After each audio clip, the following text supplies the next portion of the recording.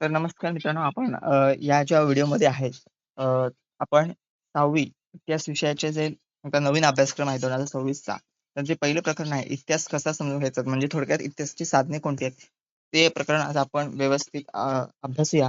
अ, अ, या प्रकरणाच्या नोट्स आहेत त्या मी तुम्हाला पीडीएफ स्वरूपात उपलब्ध आहेत.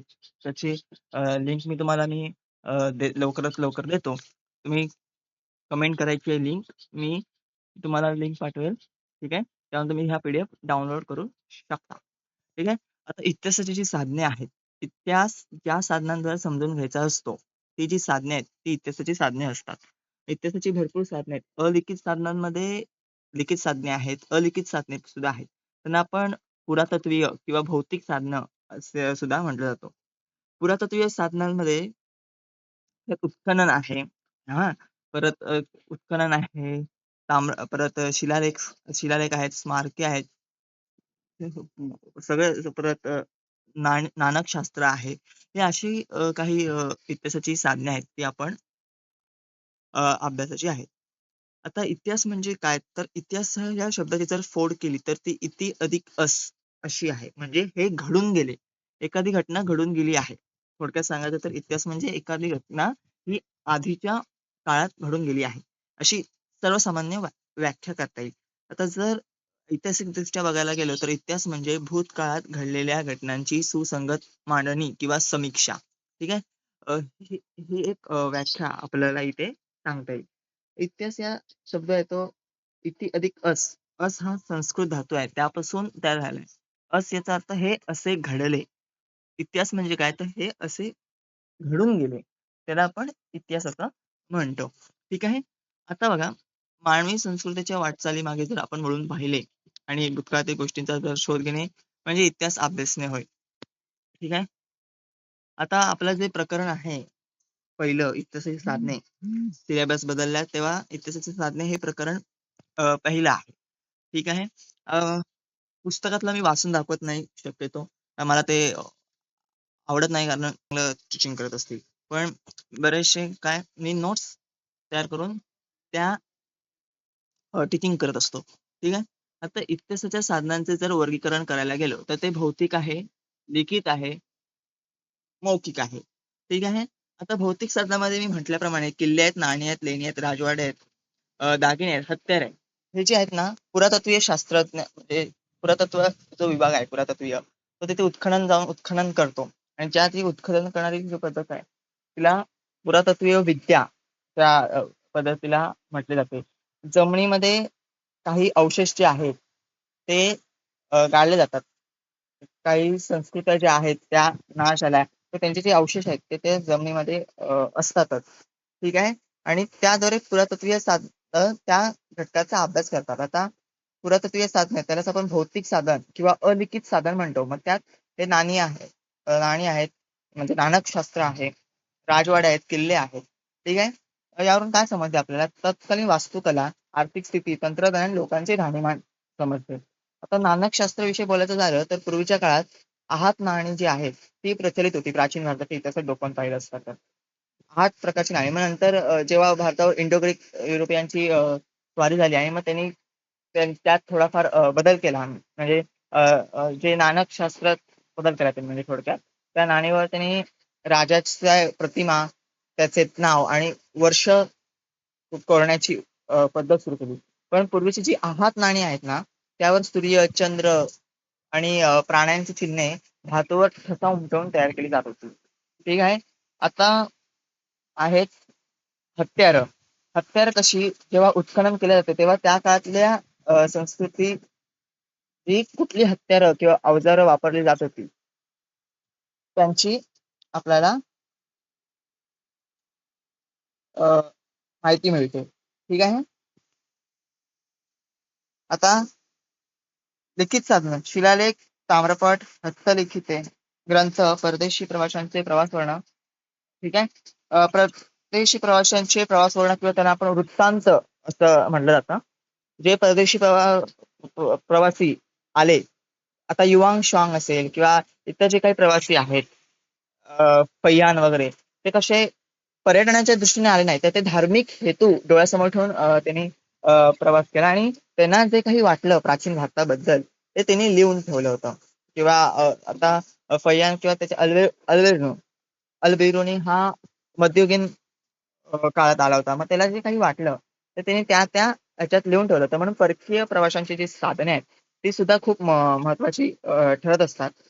नंतर राजांचे आदेश यातून काय समजतं बघा, राजांचे आदेश, साहित्य, धर्म, व्याकरण आणि तत्कालीन समाज जीवन म्हणजे तत्कालीन समाज जीवनाची त्या काळातील माहिती मिळते. शिलालेख जे आहेत ना त्यातून आपल्याला आता अशोकाचे शिलालेख बघा प्रसिद्ध आहेत. त्यावर त्याने जे केलेले त्याचं झालेलं हृदय परिवर्तन, युद्ध न करण्याची म्हणजे त्यांनी जी विचार केले होते, ब्रह्मलिपीचा त्याचा प्रसार हे आपल्याला त्यातनं समजतं. ताम्रपट हे जे आहेत ना ते प्रामुख्याने तांब्याच्या पत्रावर कोरलेले लेख असतात. हे जे आहेत ते जमीनदान आणि धार्मिक संस्थांना देण्यात जाणाऱ्या देणग्या यांच्याशी संबंधित असतात. ठीक आहे. आता जर ताम्रपटावर पाहिलं तर कुलदेवतेची प्रार्थना असते. अ, ठीक आहे. पण नंतर आता जर गुप्त काळात किंवा बघितलं आपण तेव्हा तिथे आपल्याला महसूल व्यवस्था, कर रचना याची ताम्रपटाद्वारे माहिती मिळते. ठीक आहे.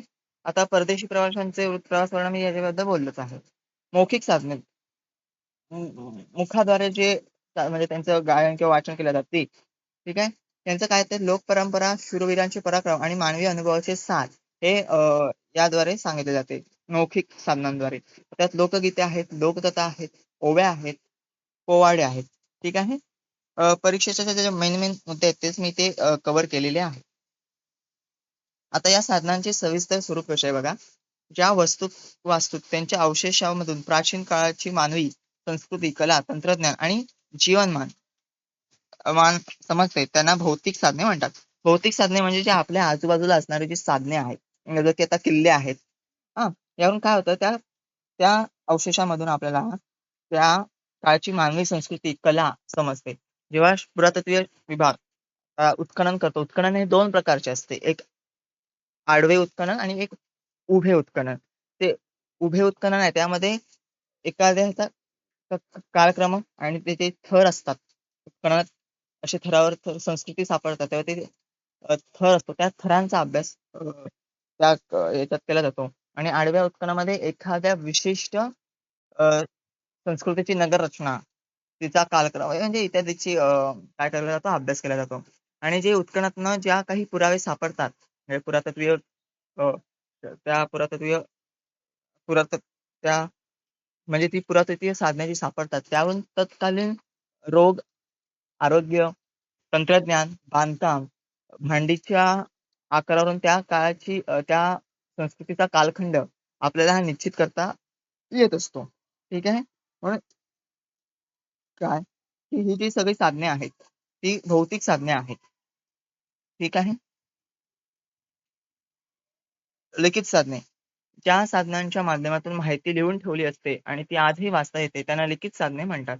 अभिलेख, शिलालेख, ताम्रपट हां, किंवा भोजपत्रावर हाताने लिहिलेले ग्रंथ, प्रवास वर्णन, पत्रव्यवहार आणि बकऱ्या ही याची प्रमुख उदाहरणे आहेत. पत्रव्यवहार त्या काळातला जो पत्रव्यवहार होता, म्हणजे मध्ययुगीन काळातला वगैरे त्याचा अभ्यास करण्यासाठी सुद्धा ही लिखित साधनं काय आहेत महत्त्वाची साधने आहेत. ती आजही वाचता येतात हां. ठीक आहे. मौखिक साधने. ज्या गोष्टी एका पिढीकडून दुसऱ्या पिढीकडे तोंडावाटे म्हणजे बोलून किंवा गाऊन संक्रमित केल्या जातात, तेव्हा. हां. तर तर ह्या मौखिक परंपरेने काय होत आहेत, पिढ्यानुपिढ्या संक्रमण होत आहे. तर मग आता लोकगीत आहे, लोककथा आहे, ओव्या आहे, म्हणी आहे, पोवाडे आहेत, यांचा यात समावेश होतो. नंतर इतिहास समजून घेण्याचे महत्त्व काय आहे? हां, भूतकाळात घडलेल्या चुकांमधून शिकून वर्तमान काळ सुधारण्यासाठी इतिहास मार्गदर्शक ठरतो. अ, बघा, इतिहास जो आहे, ते भूतकाळात कुठल्या चुका घडल्या, त्या चुकांवर मात करून वर्तमान काळात त्या चुका आपल्याकडनं होणार नाहीत. हे ह्याच्यासाठी इतिहास अभ्यासाचा असतो. मानवी समाज कसा प्रगतीच्या पथावर चालला होता, म्हणजे आता प्राचीन काळापासून ते आता या तंत्रज्ञानाच्या काळापर्यंत म्हणजे आधुनिक काळापर्यंत आधुनिक काळापर्यंत जी मानवाने काही प्रगती केली, त्या प्रगतीचे टप्पे ते कसे होते? यासाठी इतिहास अभ्यासणं गरजेचं आहे. आपल्या संस्कृतीच्या, परंपरेच्या आणि ऐतिहासिक वारशाचा अभिमान बाळगण्यासाठी इतिहासाच्या साधनांचे जतन करणे अत्यंत गरजेचे आहे. बघा, हे जे काही आहेत साधने किंवा तत्सम, ही आपली काय आहेत? संस्कृती आहे आपली, ती परंपरा आहे आपली. हां, मग ह्याचा अभिमान आणि ह्याचं जतन करणे अत्यंत गरजेचे आहे. त्यासाठी आपल्याला इतिहास अभ्यासणं गरजेचे आहे. ठीक आहे? आता बघा आपण काय-काय पाहिलं, इतिहासाची साधने पाहिली. ठीक आहे? याच्या नोट्स आहेत. त्या डिस्क्रिप्शन बॉक्समध्ये मी देतो या नोट्सची लिंक. ठीक आहे? म्हणजे पी-डी-एफ असणार आहे ती. ती मी तुम्हाला डिस्क्रिप्शन बॉक्समध्ये देतो. तिथे जाऊन तुम्ही डाउनलोड करा. तुम्ही माझ्या चॅनलवर नवीन असाल तर चॅनलला सबस्क्राईब करा. आणि हां, Instagramवर सुद्धा मला फॉलो करा. Instagramवर आपले 1000 फॉलोअर झालेले आहेत. परवाच आपले Instagramवर 1000 फॉलोअर झाले. हां, तर त्या Instagram पेजची सुद्धा लिंक मी डिस्क्रिप्शन बॉक्समध्ये देतो. Instagramवर 2 पेज आहेत. एक त्याच्यावर मी व्लॉगिंग करतो आणि दुसरं आहे ते 6वी ते 10वी च्या विद्यार्थ्यांना गाईडन्स आहे. ते म्हणजे दुसरं पेज आहे आपलं Instagramवर, study with Jay Palkar. 1000 followers झालेले आहेत Instagramवर. तर Instagramवर सुद्धा मला फॉलो करा दोन्ही प्रोफाइलला. ठीक आहे. पण मी दुसऱ्या प्रोफाइलची लिंक डिस्क्रिप्शन बॉक्समध्ये देतो. त्याच्यावर क्लिक केल्यानंतर ते तुम्ही जेव्हा बायोमध्ये जाल, तेव्हा माझी पहिल्या प्रोफाइलची लिंक तुम्हाला दिसेल आणि तिथे जाऊन तुम्ही माझ्या पहिल्या प्रोफाइलला सुद्धा फॉलो करा. ठीक आहे. भेटूया पुढच्या व्हिडिओमध्ये.